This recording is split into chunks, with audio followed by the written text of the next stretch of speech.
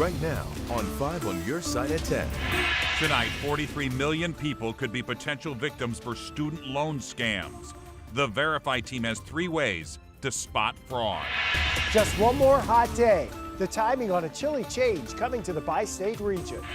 And our top story tonight, a driver shot on a busy St. Louis County street. You have to be watchful and careful and know your surroundings. What police say sparked the random crime. Tonight, shot while driving. A man tells police it happened to him this morning in Creve Coeur. Good evening, I'm Mike Bush. And I'm Ann Allred. This happened off I-270 near Olive Boulevard. New tonight, Robert Townsend has the latest and reaction from drivers. For some shoppers in this typically busy and popular Creve Coeur area, it was jaw-dropping. It surprised me. Why? Somebody be so bold to do that. But for others, it's just one of those things where you still never know, no matter where you live. Around 4:30 Tuesday morning, a man told police he first saw 2 vehicles stopped in the road near Dorset and McKelvey Road in Maryland Heights. He said he drove around both cars, but suddenly noticed one of the drivers chasing him. Police tell us they both then exited Olive Boulevard and headed west into Creve Coeur. Within moments, the man told police someone in the other car fired several gunshots at him, striking him once. The gunman sped off. I talked to several drivers on and off camera, not far from that scene. They tell me when they hear something like this happen, it just makes them more safety conscious. You have to be watchful and careful and know your surroundings really good. The wounded driver suffered minor injuries and drove himself to a hospital. He's very lucky. I mean, obviously a lot of people don't survive gunshot wounds, especially depending on where they're hit. So fortunately, he was able to get himself to safety, and I'm very happy for that. In Creve Coeur, Robert Townsend, 5 on your side. Tonight, police do not have good descriptions of the suspects or the car. That's why they're asking any witnesses to please call the Creve Coeur Police Department. Tonight, police are investigating a deadly crash in the Chesterfield Valley. One person is dead after a motorcycle collided with a car. It happened about 90 minutes ago along Chesterfield Airport Drive and RHL Road that is in front of the Chesterfield Common Shopping Center. Police have not said what led to the crash and who died. The murder trial will resume tomorrow morning for Richard Emery, the man accused of killing his girlfriend, her mother, and her 2 children back in 2018. Today, 5 on your side was in the courtroom for opening statements. Brent Solomon joins us in studio now with new information from day 1 of the trial. Brent? Mike, today boiled down to 2 different viewpoints. One from the prosecution, who argues Richard Emery planned this brutal attack and committed it. The other from the defense, who claims although he killed the family, there were other factors at play. It's not murder in the first degree. It's not deliberation. There's no cool reflection. It is murder. It's murder in the second degree. That's defense attorney Stephen Reynolds admitting Tuesday his client Richard Emery committed a quadruple shooting. But he says it wasn't planned. It was an act involving a man who suffers from borderline personality disorder. We know that muzzle was less than 2 feet from the face. Try telling that to prosecutors who are seeking the death penalty in this high-profile case. Our evidence will show that these killings, each and every one of them, was deliberate, was intentional, and was purposeful. It all stems from December 28, 2018 in St. Charles County.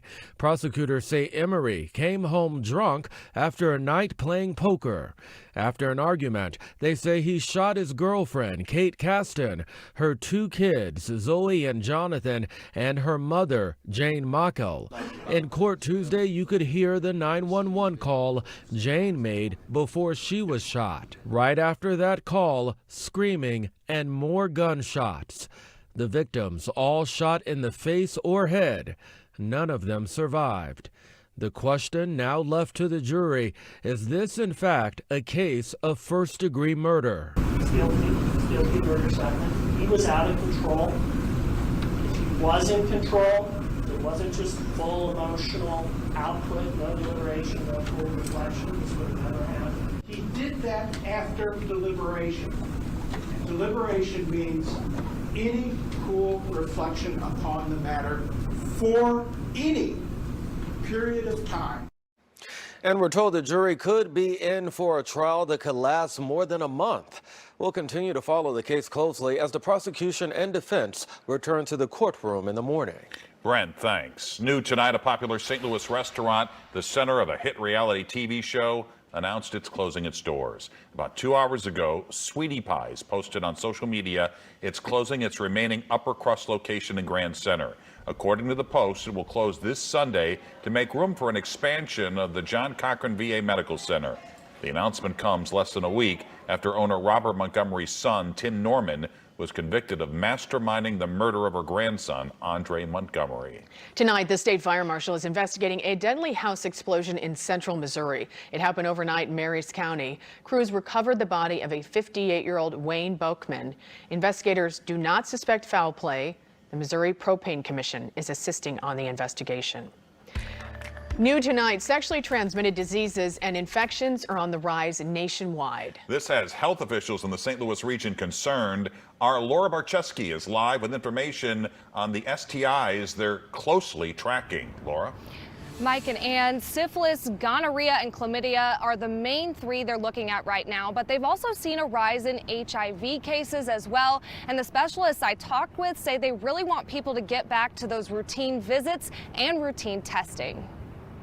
Data from the state of Missouri shows over the last 4 years, St. Charles County, St. Louis County, and St. Louis City have all seen an increase in cases of chlamydia, gonorrhea, and syphilis. We were realizing that the increase was happening in 2019 and then the pandemic hit. So much shifted and we weren't able to handle it in a way that we should have handled in 2019. Dr. Enbal Shakam with SLU's College for Public Health and Social Justice says during the pandemic, routine STI testing and doctor visits came to a halt. So among those people who had symptoms, they were probably still getting care.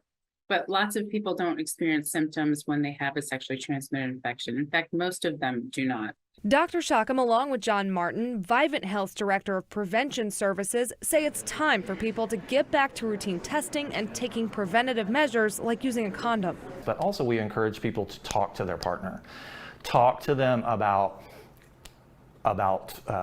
what are the expectations? How are we going to protect ourselves? What are the implications of if we do this, if we do that? Have an open conversation. Martin says many STIs are treatable or curable with medication, but if the spread continues, there could be roadblocks. There are reports here and there of treatment-resistant strains of gonorrhea, for example, and that is really concerning if that were to spread.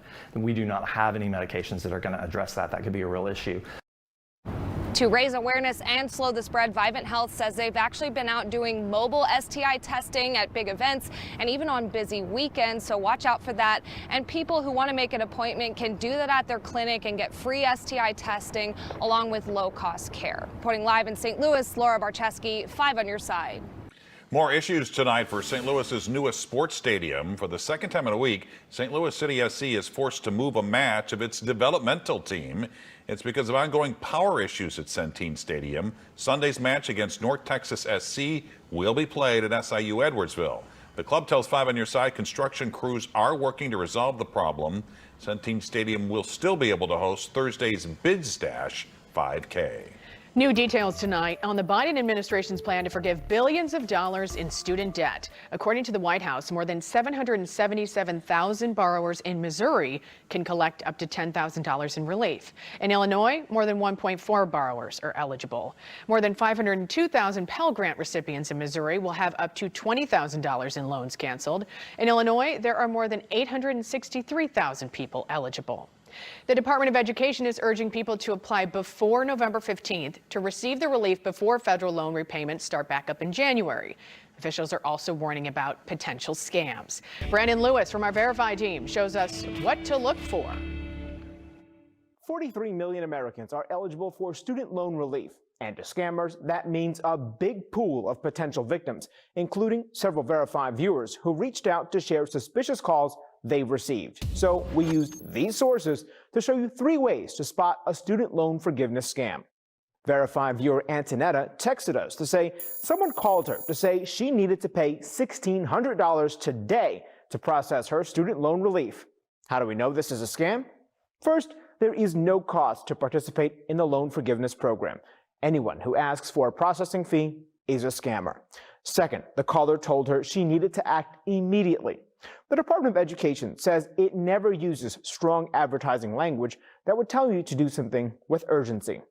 Third, the government hasn't started processing student loan forgiveness. The bottom line message to people with student loans is if you get these calls, hang up the phone. You don't need to pay anyone for help.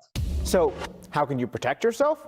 First, know that the Department of Education doesn't call people out of the blue. They only return calls if you reached out first. So, anyone who calls you unsolicited and claims they're with the Education Department is a scammer.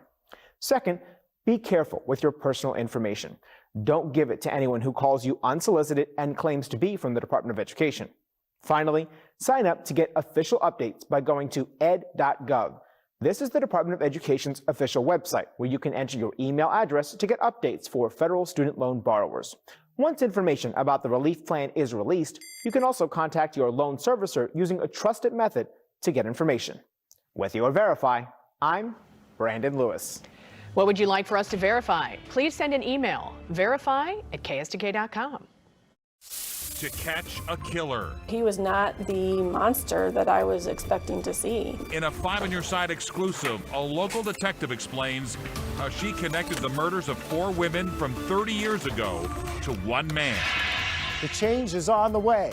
That front is headed into your neighborhood. We're tracking the rain chances that may come behind it with the cooler air. This 5 on Your Side newscast is brought to you by Henry Kitchen and Bath, where home matters. Hey St. Louis, 5 Plus is heating up. And to celebrate, today in St. Louis is giving away 50 Fire Sticks. Tune in every day this week from 4 to 7 a.m. and register on our mobile app for your chance to win. Most families want the same thing: great schools, good jobs, and a fair chance to get ahead. As someone who has a reputation, I ready. Like it. And a good announce these new the murders on the Workers' Rights Amendment and protect Illinois jobs. Tonight, an inside look at a cold case police investigated for decades. We're learning more about what it took to connect an alleged serial killer to the murders of multiple women. Our Christine Byers sat down with the lead detective on the case for exclusive details on how they were able to bring answers to so many loved ones. Before the big announcement Monday, we announced these new murder charges. Barb Stutt and Geneva Val Palomino spent a few quiet moments visiting their sister's resting place. She's right here. She's right here. I feel so... It's so heartbreaking. For more than 30 years, they waited to learn who killed Sandy Little, who put the 21-year-old mother's body inside a dresser, and who left it on the shoulder of I-70 in O'Fallon, Missouri in February of 1991. 6 weeks ago, they got their answer when O'Fallon Detective Sergeant Jody Weber called. And it's literally mind-blowing. Little's case first caught Weber's attention when she joined the Detective Bureau. It piqued my interest because I got into law enforcement to work these type of cases. She sent evidence from Sandy's crime scene and another similar case from Lincoln County to be tested for DNA. 14 years later, St. Charles County Crime Lab experts found a partial DNA profile. Weber compared it to the suspects she had in mind. None of them came back as a match. So obviously I was pretty disappointed in that. DNA experts continued to work the case and got a full profile earlier this year, enough to put into a criminal database. It came back to Gary Muehlberg. He's already serving a life sentence for killing a man who tried to buy a car from him in 1993. What was going through your mind? When I pulled up his picture through Missouri Department of Corrections, I was shocked by the person I saw. You know, he just looked like a typical grandpa. You know, he was not the monster that I was expecting to see. To her surprise, Muehlberg agreed to meet with her. He sat down and talked to me for an hour. When she told him she was there to talk to him about Sandy's cold case, and his main concern was the death penalty. In a second meeting, she brought letters from prosecutors in all 3 counties where he left his victims' bodies. Each pledged not to seek the death penalty and assured him his life in prison wouldn't change if he gave a full confession. He, at that moment, said, okay, let's get to it. And we began talking about the murders. His hunting ground was an area once known as the Cherokee Street Stroll. Muhlenberg told Sergeant Weber he killed all of his victims here at a house where he used to live in Bell Ridge. It was demolished about a year ago. Did he have any explanation? No, he said he had a great family and a great upbringing. He has no reasons as to why this occurred. And at one point he did look down at my body camera and said, "I am sorry." In all, Muhlenberg confessed to 5 murders, including Sandy's. I want people to realize that these girls were daughters and sisters and mothers, and they were more than just girls that were out street walking. One of them remains a mystery. He says that he disposed of the young lady in a metal barrel and he left her body in a self-serve car wash. Do you think we know all of his secrets? No. I get the impression that he's holding back for the fact that he doesn't want to be portrayed as that monster. For Sandy's sisters, that's exactly what he is. Justice is coming. Yes, it is. Finally. Christine Byers, 5 on your side. Muhlenberg is in kidney failure and isn't expected to live long enough to be sentenced for these cases. Sandy's sisters say they're just glad he lived long enough to be charged for her murder and outed as the real person he is. To learn more about the Jane Doe case, look for this story on KSDK.com. Tonight, Missouri Attorney General Eric Schmidt is going after credit card companies over their new policy on coding gun sales. Schmidt signed a letter along with 24 other Republican attorneys general threatening to take Visa, MasterCard, and American Express to court, claiming it violates gun owners' rights. Advocates believe the change could flag potential mass shootings and gun traffickers. Tonight, Hurricane Fiona made landfall on Turks and Caicos with the force of a Category 3 storm. And officials warn up to 8 inches of rain could soak the islands. Fiona has already damaged parts of the Caribbean, including Puerto Rico. Forecasters say the storm is gaining strength and could be a Category 4 hurricane when it hits Bermuda on Friday. This is a horrible storm, already caused so much damage. Let's get to Chief Meteorologist Scott Connell on the latest track. Yeah, at least at this point, it's past, the more populated areas, finally getting a break from the heavier rain that's been across Puerto Rico. You still have some thunderstorms here across the Dominican Republic. Center of the storm now is north of the North Caicos Island, and it continues to work to the north at 8 miles per hour. But packing winds, pretty clear eye there, of 125 miles per hour. It will track, it looks like, just west of Bermuda, but likely to give Bermuda, at the very least, some strong winds and some rain. And then it goes into Nova Scotia and up into Newfoundland is a very strong storm as we head into this weekend. There's a couple other systems out there. Gaston is not on the map, but we're watching this. That's actually up by the Azores and not going to have any impact. This one, though, this is something that's going to have to be watched. It's much farther to the south. It's going to come right through the Caribbean, and it could end up in the Gulf of Mexico sometime next week. Lots of questions about that, and it's too early to speculate, but something to definitely keep our eyes on, especially if you have travel plans down towards Destin, Fort Walton Beach, or the Florida Peninsula. 97. That was our high today in St. Louis, tying the record of 97 degrees, which was set just 5 years ago in 2017. And we're not cooling off all that much tonight. 70s in the outlying areas now under a mainly clear sky. The showers and storms are all farther to our north. In St. Louis, in town, close to town temperatures, a little bit warmer, 86 degrees right now at Lambert, dew point 65. Our low this morning was only 74. We're thinking tonight it'll be a degree or two warmer in most spots, so low to mid 70s despite the clear skies, a gentle breeze out of the south, dry tonight. Changes, though, are on the way, and those changes will start as this cold front works its way towards us. As it does, we're ahead of it most of the day on Wednesday, so we still have a heat index to deal with. 95 to 100 is what it will feel like in St. Louis heading through tomorrow. We wake up with temperatures in the 70s. It doesn't take long to get into the 80s. We're above 90 by lunchtime. And then the front comes through. Most of us won't see showers or storms with the front, but then behind it, we'll actually see an uptick in that chance for some rain sliding through, especially during the very early morning hours on Thursday. Most of it by daytime Thursday and through the day will be south of St. Louis. But what it does is really drops those temperatures off. 93 for the high temperature tomorrow, then down to 70 on Thursday. Look at Friday, just in the upper 60s. And then as we head through next week, you know, there's a rain chance later Friday night, early Saturday morning, and again Saturday night, early Sunday morning. Right now, it doesn't look like it's a really big chance of rain or a lot of it.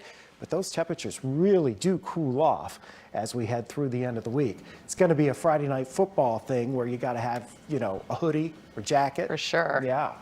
That's a big change. It is. All right, Scott, thanks. Well, Frank Cusimano is following Albert Pujols. He is in San Diego, and Corey Miller is up next with sports. Well, Albert says he doesn't even want to talk about his chase for 700.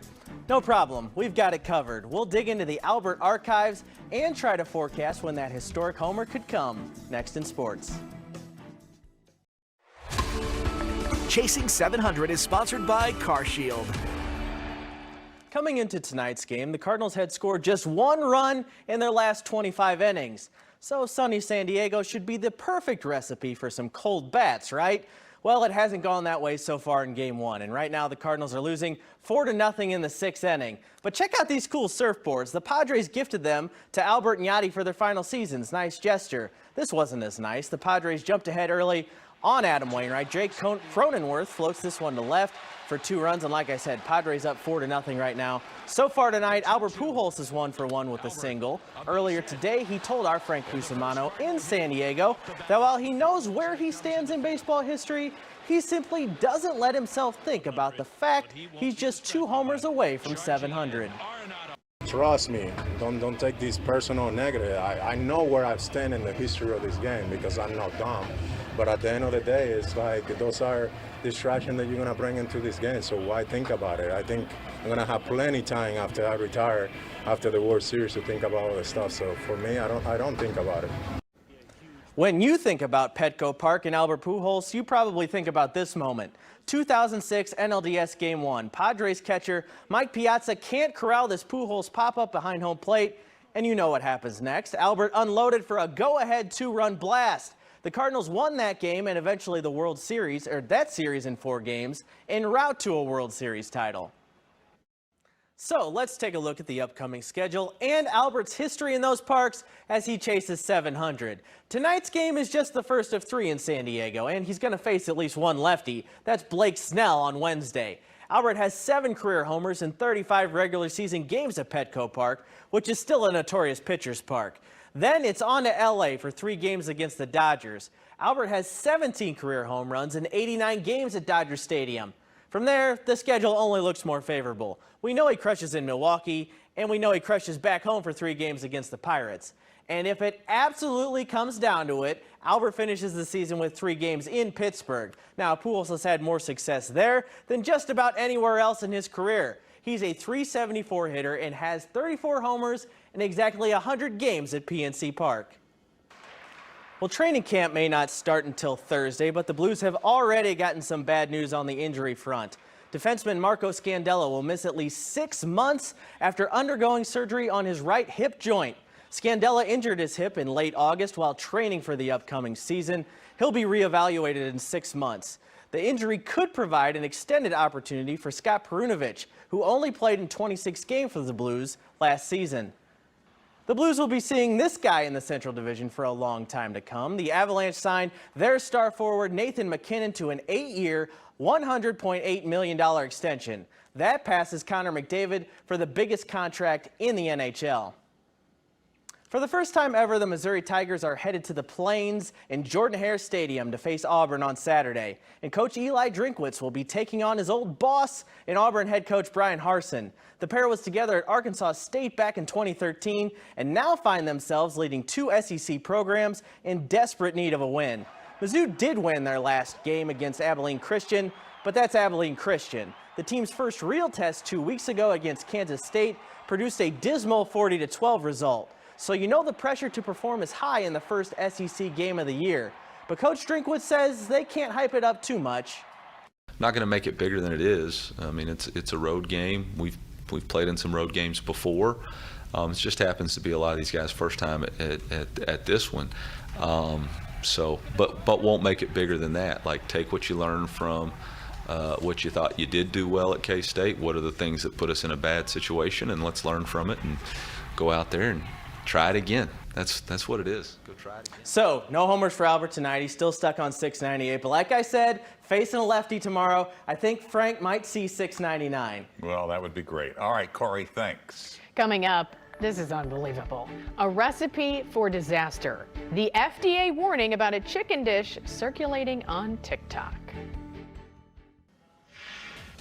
Don't cook chicken in NyQuil. Huh, really?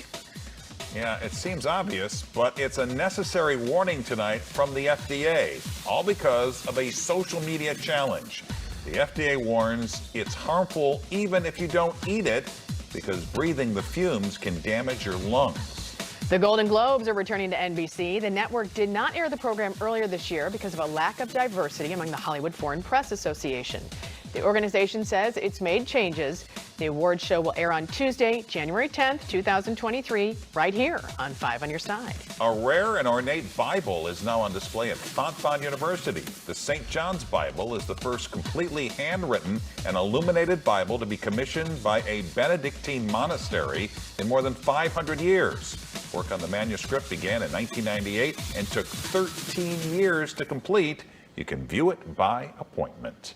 And there you have it, 5 on Your Side at 10. The Tonight Show is next. Jimmy's guest tonight, Kaylee Cuoco and Ari Lennox. Start your day with Today in St. Louis.